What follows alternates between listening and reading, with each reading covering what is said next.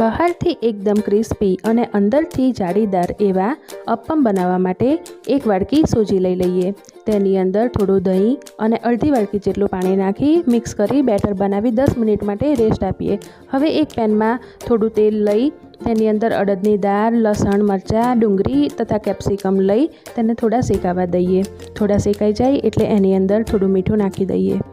હવે આ મિશ્રણને જે સોજીવાળું બેટર હતું તેની અંદર આપણે એડ કરી લઈએ.